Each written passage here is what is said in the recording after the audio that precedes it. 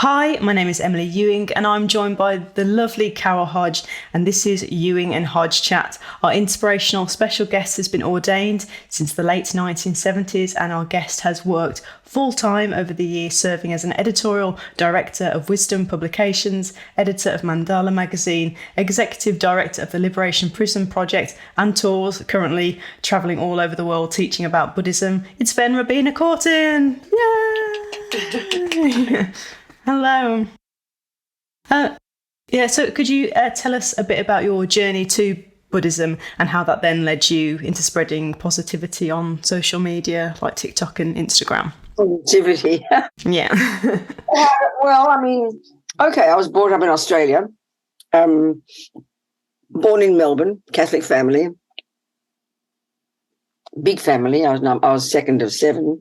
And I think, we're brought up as Catholics, but I think, I had the feeling I loved going to Mass and loved God and Our Lady and the saints and all that kind of thing. It was very much a part of my life internally, not externally. I didn't look like I wasn't holy at all. I was naughty, in fact. But this has always occupied my mind and kind of, I don't know, I don't think I thought of the meaning of life then, but I was very interested in these kind of things. And I think as I got older, at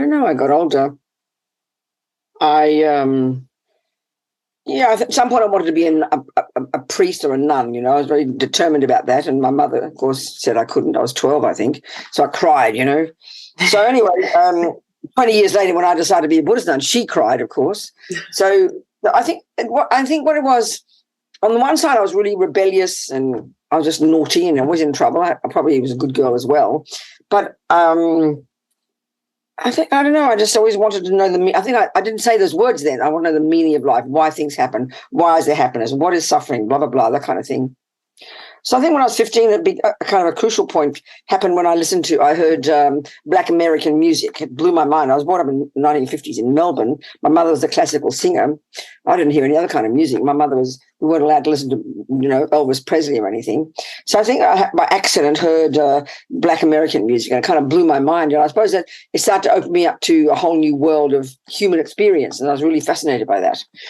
So then I was about 19, I think it was mid-60s, time to give up God and kind of hello boys and give up God. So I started moving in that direction, then went to London when I was about 1967, I was about 23 or something.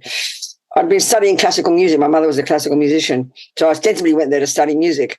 But I think getting away from home, then I started my journey, I suppose, radical lefty demonstrations and things, and then black politics, and then feminist politics. About 10 years, I suppose, till I was in my late 20s. Again, looking into all this, I didn't really have a job. I worked all the time. I lived on the dole most of the time, I think in London. But always totally involved in trying to, I suppose, make the world a better place. Sounds kind of noble. So I suppose by then I joke and I say, I first when I was a Catholic, all the non-Catholics were the problem. And then I was radical lefty, all the rich people were the problem. Then I was in black politics, all the white people were the problem. Then I was a feminist, all the male people were the problem. So I was kind of always very sincere in this political activity, in this process, internal process. And then I think by the time I was about 29, I had no one less to blame, really. I started wanting something spiritual again. And then I was back in Australia and I'd been doing martial arts.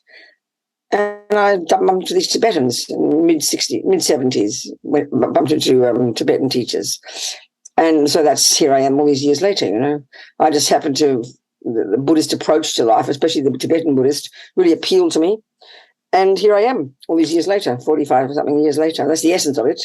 So I suppose the thread for me was trying to find, we all want meaning in life. I don't think we might say the words. It sounds very grand. We want to together, we want to try and find a purpose, even if it's, you're not even that, but whatever it is, you decide you like a certain thing. People want to get married, to have babies. People want to do this. People want to become a doctor. People want to something or other. So it happened to be, I wanted a view. I think I wanted a view. I wanted a view. And that somehow going through this evolution internally, the Buddhist view seemed to make most sense to me. That's the essence of it, really. That's the essence of it. So you have an incredible background as well, like everything that you've done, like from the Liberation Prison Project as well. That's absolutely incredible, your biography. People can go on your website, which I will add a link to so people can check it out fully and stuff. But how did that also lead you on to then social media to With social media, I think that's just, Yeah. well, I don't know. I mean, it wasn't really me who did it. Somehow these people I know who who find that they like the Buddhist approach. And I suppose, well, no, I mean, one way of saying, I suppose, in my life, I've always been on the propaganda side of things. Somehow my father's a journalist, and always from my point of view, I was always working on, always had editing or graphics and design and publishing. Somehow so I think in a way it's, all the time, even as a Buddhist, before I was doing this, and also as a Buddhist, editing, publishing all the time. That was my job. And then even then I was asked to teach, so I so-called teach. That's propaganda, isn't it? Really, it's all propaganda. And getting out there, so whatever. So the social media is just part of it, I suppose, is the way the world is now. Instead of sending out brochures in the mail and doing newsletters, you do blogs and we do these things called social media. It's just another way of communicating with the human world. I mean, the idea of communication to me is very powerful. I suppose that's the thing. I find communication, many of different Buddhists do different things. Some people go off and go to the mountains. Some people go and work in the kitchen. And then for me, always has been to do with communication. I think that's the real key. Very powerful feeling. So someone like astrologer would look at my chart and it would look very evident, it seems. I've got masses in Sagittarius, for example. So I don't know. I know my chart well enough. But I think communication is the word I like. Communication with human beings, connecting. Connecting, yeah. Connecting with people. And that's social media is just part of that. I mean, it's just an expression of that, isn't it? I mean, people do it for me. I don't think I even look half the time. People do it for me, put things on. People are inspired and want to be useful. So, someone put me on TikTok the last year, apparently. I don't know. I mean, I do know I do it. I do the little videos. Someone takes care of it. Jamie takes care of it for me. So he sends me a little reminder and I do my video and he puts it on, Yeah. I love your TikTok videos. That's how I originally came across you. And I was like, wow. Okay. And it shows really even 30, even 60 seconds of communication can be helpful. Yeah. And maybe the advantage is talking fast as well. I talk pretty fast, apparently. But I'm sure this is something that you speak a lot about with people and on your tours and in your videos, like TikTok as well. And with everything going on around the world, like war, racism, sexism, poverty, mental health struggles, and the rising cost of living, it's very hard to see the bright side. How can people remain positive and kind? This is really the key to success, Even if you just want to have a happy life yourself, you've got to find a method of how to navigate the dramas in life. And if you want to be useful to the world, even more so, you've got to find a way to navigate the dramas of the life and stay optimistic. Otherwise, you'll go crazy. We'll drown together, So, I mean, it's really fairly obvious. And I think, certainly the Buddhist approach, depending on what's inside, it's mind about mind. So, for example, if I have a lot of tendency to be really angry, get upset easily, always find fault, always criticize, I'll have a pretty miserable life and I will never see any good. If you're really angry and upset, and the world can be a horrible place, but even still, if you've got a mind that's less angry, less neurotic, more stable, even in a nightmarish environment, you'll still be able to be more positive. So really, I think we can see that it's not so cosmic. We can see this. We know people who really you could tick the boxes and say they've got a fairly good life, but they're always miserable, always finding fault, always upset, always self-piteous, or just very unhappy. And even some people have the worst lives. I can talk about that clearly with my experiences with people in prison. It's such a vivid example. I always use the example of one woman I know. She's not a Buddhist, right? For 15 years, I ran this non-profit called Liberation Prison Project. It happened, I was back when I've been based in the States pretty much since the mid-90s. I'm on the road a lot. But when I was editing our magazine, when I was editor of a magazine of this organization I'm part of, Mandela, I got a letter from the young Mexican-American. He was 18. He told me he'd been in prison in gangs since he's 11, in prison since he's 12, in prison in California. The American prison system is pretty intense and the sentencing is pretty intense. And he'd read a Buddhist book or something, was looking for a way to see the world. There he was in his cell, 23 hours a day, enough to make many people completely lose your mind with insanity, right?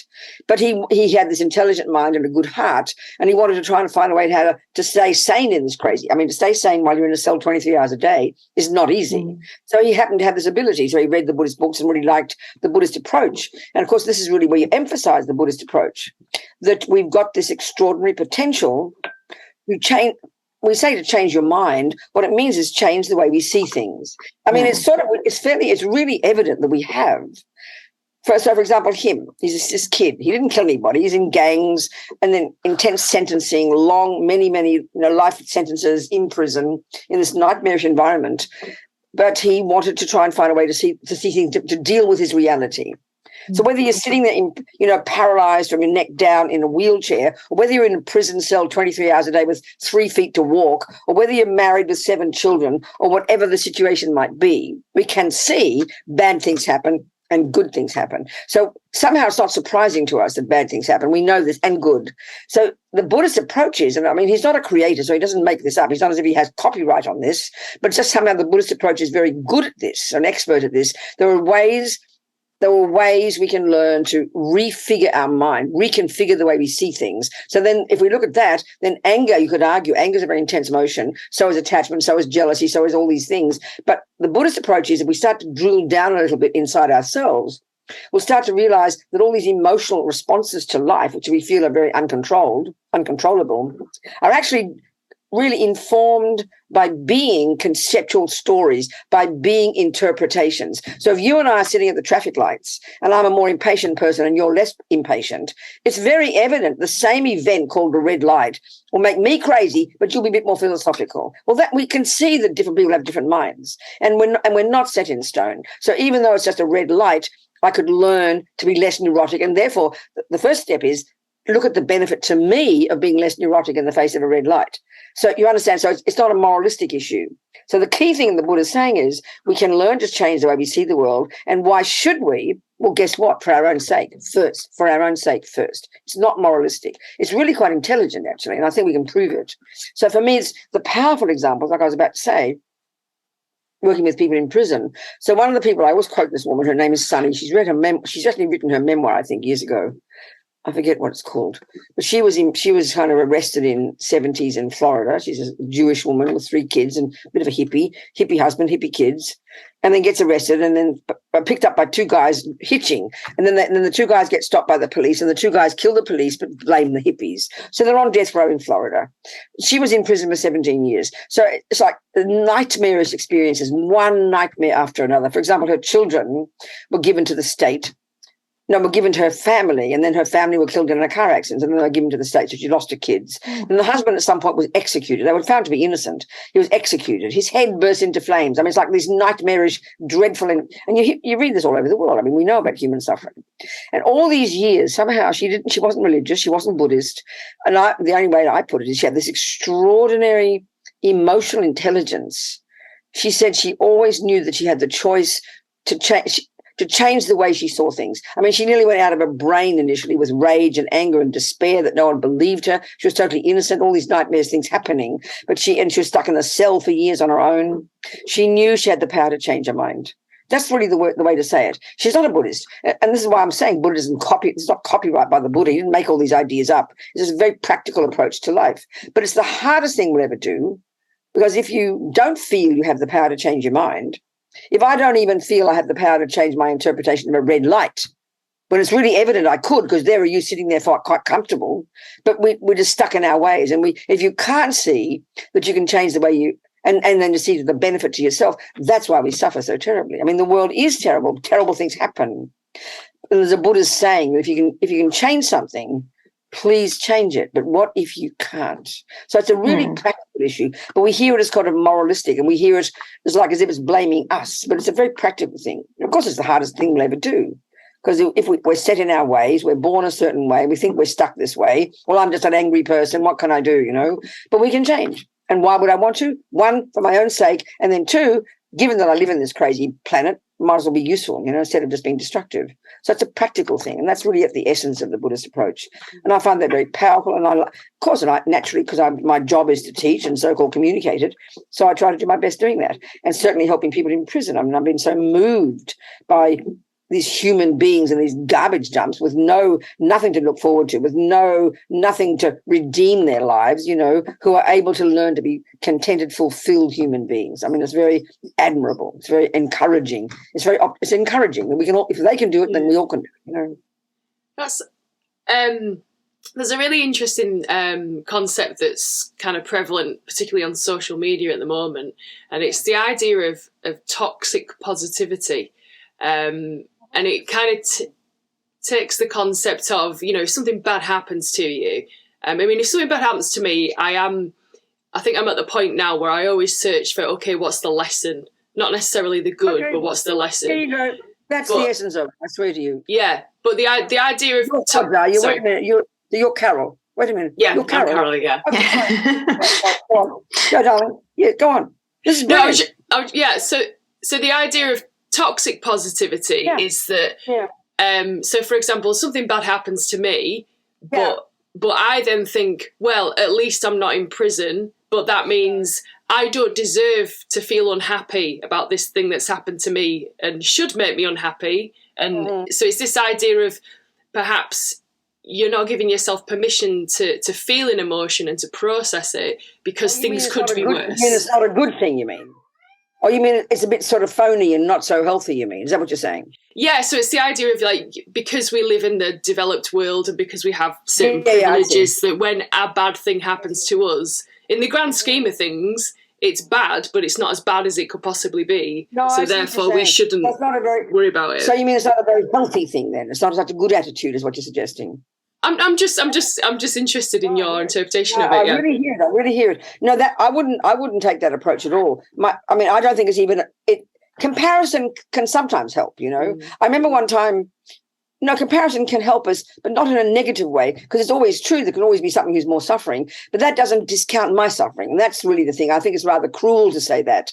That means you haven't got permission. I disagree with that completely. That's really kind of brutal against yourself. It's not appropriate. Everybody has we've all got a mind. We all have a life. We all have relationships, and our own life is its own bubble. And it's important we learn to deal with our own life and look at and learn to find ways to navigate it. So I wouldn't agree with that. I think it's really awful to think that that's what you're supposed to be doing. Oh, my suffering is not as bad as somebody else's, therefore I have no right to just... And that's kind of brutal. I think it's kind of angry. It's kind of unkind. But I wouldn't ever think like that. I would never think like that. It's awful. That's good. That's reassuring. That's what I thought. That's very fundamental. That's a bit sort of fundamentalist and a bit moralistic. You know, everybody else is suffering as more, and often our mothers, everybody's worse off than you. You shouldn't be complaining. It's really not helpful. It's not helpful, and just it's not inappropriate. I think we should be much more nuanced and sensitive to our own lives in itself, not even comparing. Eventually, I think as we progress and become a more wise, fulfilled person, we then can see that other people's suffering is unbearable, and that can be an appropriate thing to see, but not as a thing against yourself. That's not appropriate. I don't think that's not helpful. It's awful.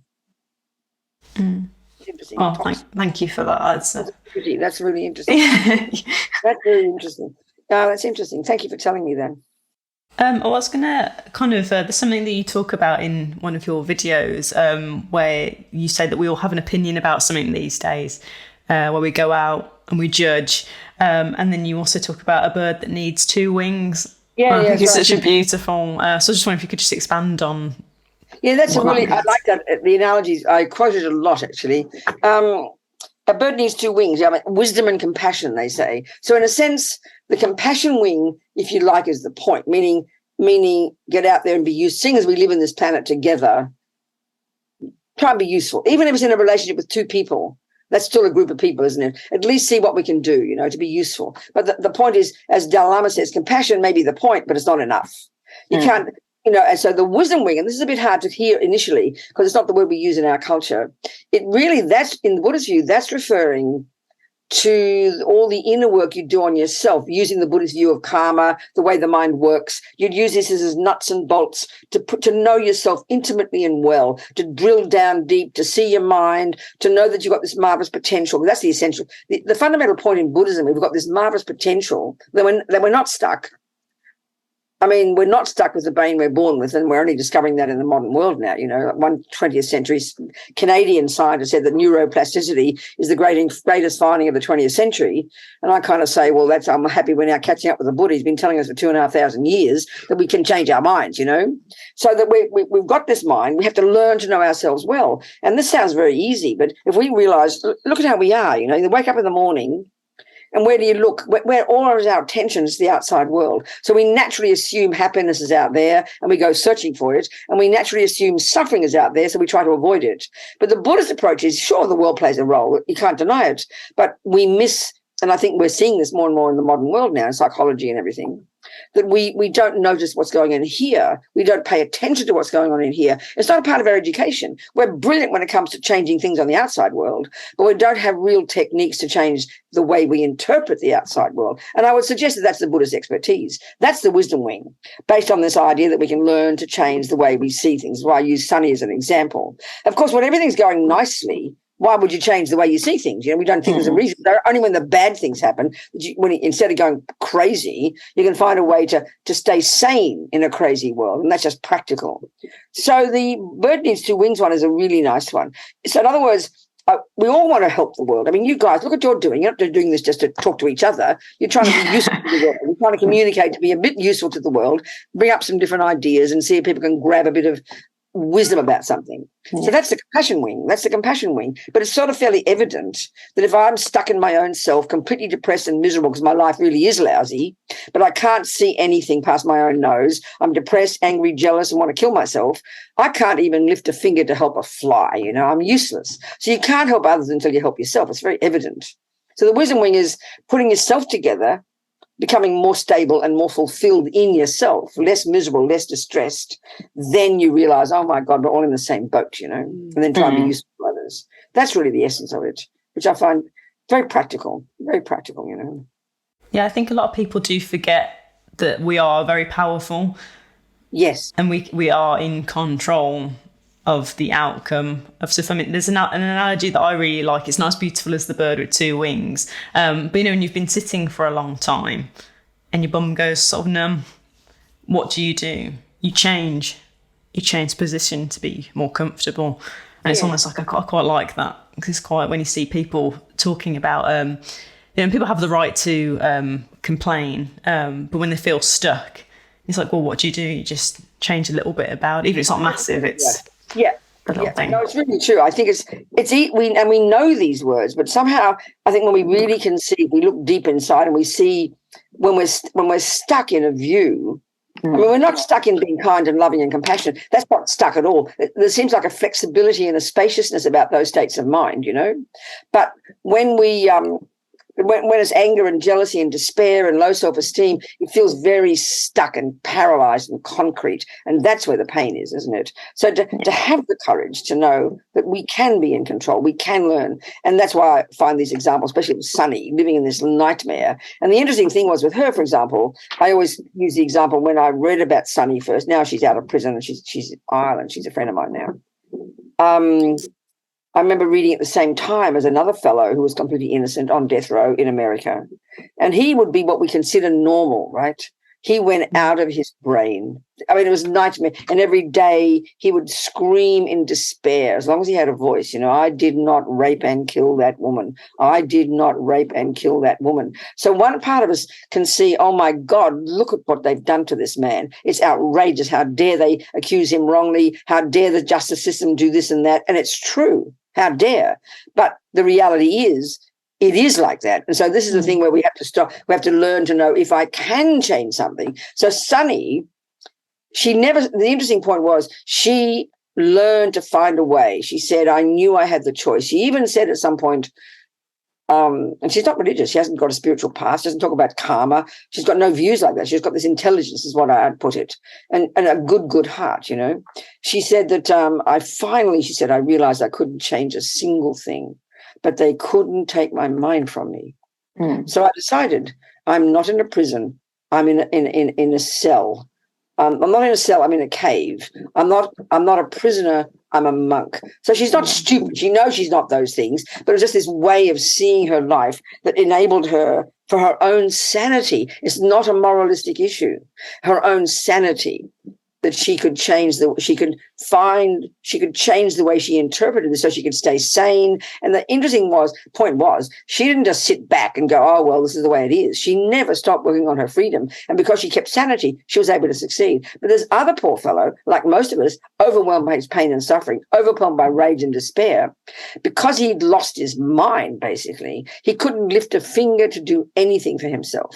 So this is the thing. So I keep wanting to stress, it can sound so so kind of moralistic, as if you're the blame and you've got to change your mind and it doesn't matter what the prison system does. No, that's not what's being said. Life happens. Terrible things happen. We know this is true. Whatever the reasons are, that's another discussion, you know.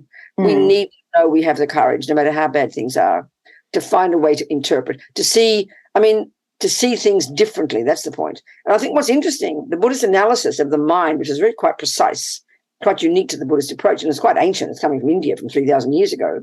And they're talking of the subjective cognitive process, not about the brain or anything, that somehow when we look, and I think we can prove it ourselves, when we see the unhappy neurotic states of mind, anger, despair, depression, anxiety, jealousy, and then we look at the positive ones, love, compassion, courage, confidence. These are easy words to say. When we've got the positive ones, the mind is more spacious. It is more flexible. It is more content and fulfilled and more connected to others. So when we're overwhelmed by the other ones, first we're despairing. It's nightmarish. It's really evident, actually. But we're very paralyzed. We're very stuck. We can't see anything good. If you're depressed, you can't possibly see anything good. When you're angry, you can't possibly see anything good. I think we can see that. And that's quite a telling point. It's something quite interesting. And the Buddhist analysis is that all these unhappy states of mind, they're deeply disturbing, but they exaggerate everything. They exaggerate, and you can't see things clearly. I think it's quite evident. I think that point is kind of interesting. How do we, I read something recently to do with, obviously, like meditation and like you were saying about neuroplasticity, a lot of evidence is coming through now that, we can see what's going on in our brains. There's lots of studies being done. And I read recently that the amount of stimulation an average adult gets in our society, like in, Western society, presuming, you're connected to the internet, social media, the amount of stimulation we get in 1 hour is equivalent to what somebody 200 years ago were getting their entire lifetime. So how do we avoid, now we have access to everything that's going on in the world at any moment, how do we avoid overwhelm? Because I think that's it's a bit of a pandemic at the moment. Yeah, I know. I feel this is the point.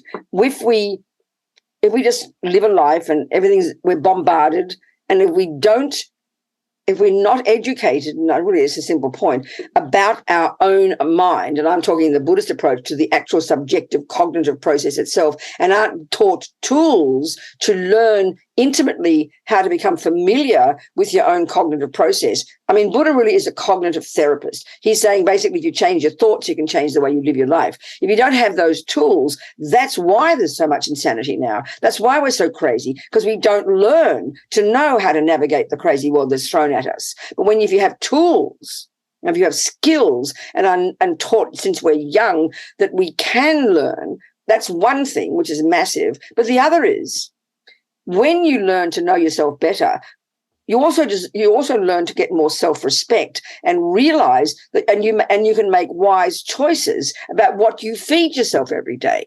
We just feed on everything that's thrown at us. No wonder we go crazy. So if you had any self-respect, we would know we wouldn't want to listen to some garbage thing. We don't want to look at, murderous videos. We don't want to watch pornography all day. We don't want to have all the crazy people out there. We would control, we would manage what we are ingesting mentally, but we don't have any wisdom. We're young, we're eager beaver, we want to be loved by everybody, we want to be pleasing to people, and we rush out there and we just get lost, So, we have to learn to navigate. We have to learn to know. It's just the same thing as if you can't handle alcohol, God almighty, you keep away from alcohol and you keep away from alcoholics. You make a decision out of your own self-respect. But we don't have self-respect and we don't believe it's possible. So we just launch into the world and wonder we all go nuts, Of course it's more we can learn to be in control. And when you really, the Buddhist approach is, if you really can develop yourself, no matter how crazy the world is, you'll never be overwhelmed by it, because you've got so much power and skill and empathy and clarity. So that's encouraging. Yeah. Well, I was going to say, so touching on a little bit from what Carol was saying, this is my last question. I've seen some quotes recently that were feed your soul and not your ego, and that we are a generation of, we're a sad generation with happy pictures. And I just wanted to say, why do we feel the need to be approved of and liked.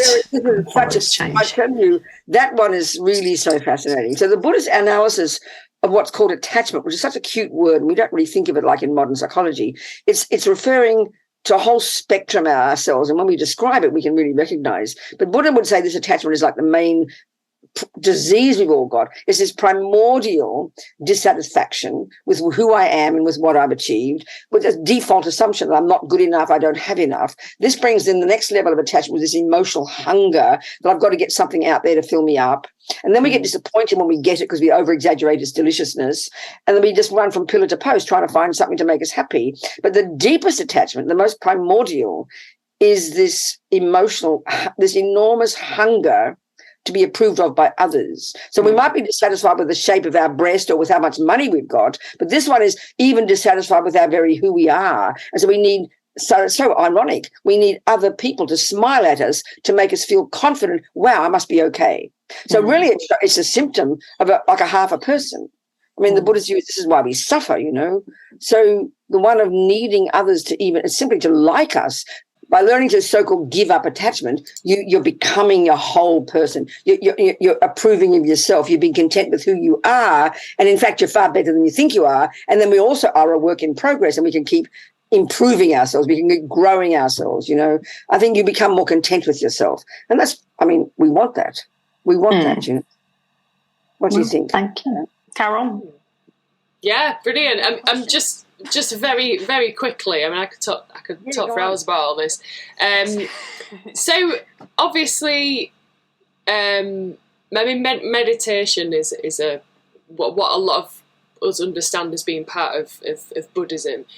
What else can we do on a kind of daily basis to sort of help, you know, shape our brains in this more positive way? Well, I mean, yeah, first of all, there's so many kinds of meditation. It's not something that Buddhism owns, but certainly these skills, which really come from these ingenious Indians. I always quote this. The Dalai Lama says it was these amazing Indians more than 3,000 years ago, even before the Buddha, the system that Buddha came out of. I mean, they're the ones who began the investigation into the nature of self. We probably thought it was Mr. Freud 100 years ago, but, you know, and we're only really learning this now, you know, these ingenious beings from before. And so very much they develop these brilliant psychological skills that enable us to really focus the mind and train the mind to be some kind of really workable cognitive thing rather than just being pulled from pillar to post, you know. So we're even getting some skill at even learning to watch your mind and not just dive into everything can already help us be a bit more sane. But not to expect it to happen overnight. We learn to concentrate. You learn not to just believe everything that our head says. This is already useful. But I think the essence of it, my sense is, we're a work in progress. It takes time, and we can mold our minds into whatever shape we like. But you've got to, I think, having confidence in that is the first point. We don't have confidence in that because as soon as something wrong happens, we have a panic attack and we give up. Or as soon as you get a bit depressed, we believe the story that I'm no good. As soon as I get a bit angry and hurt, I believe that story. And that's the killer. So I think one of the things is, this is the cognitive approach, is to know that the mind is flexible, to know that we have got marvelous qualities, to never forget that, no matter how bad things appear, and to know we can change it. Even the theory of knowing that. And then there's so many skills out there in the world to help. If you need a good therapist, find a good therapist. You need a good friend, find a good friend. But know that we have the power, know we can. That, I think, is major. And then we learn to find the skills that are out there, and that's up to us, you know. That's my real general piece of advice. Have confidence and never give up. That's the key one. Never give up. I think persevere. I think so. Thank you. Well, I just want to say thank you for your time today. Oh, so happy, you guys. You're doing a great job. Keep moving. It's wonderful. Talk about communication. Doing perfectly. It's been really enlightening, and yeah, real honour. I've been a fan of you for about 12 months when I came across you on TikTok.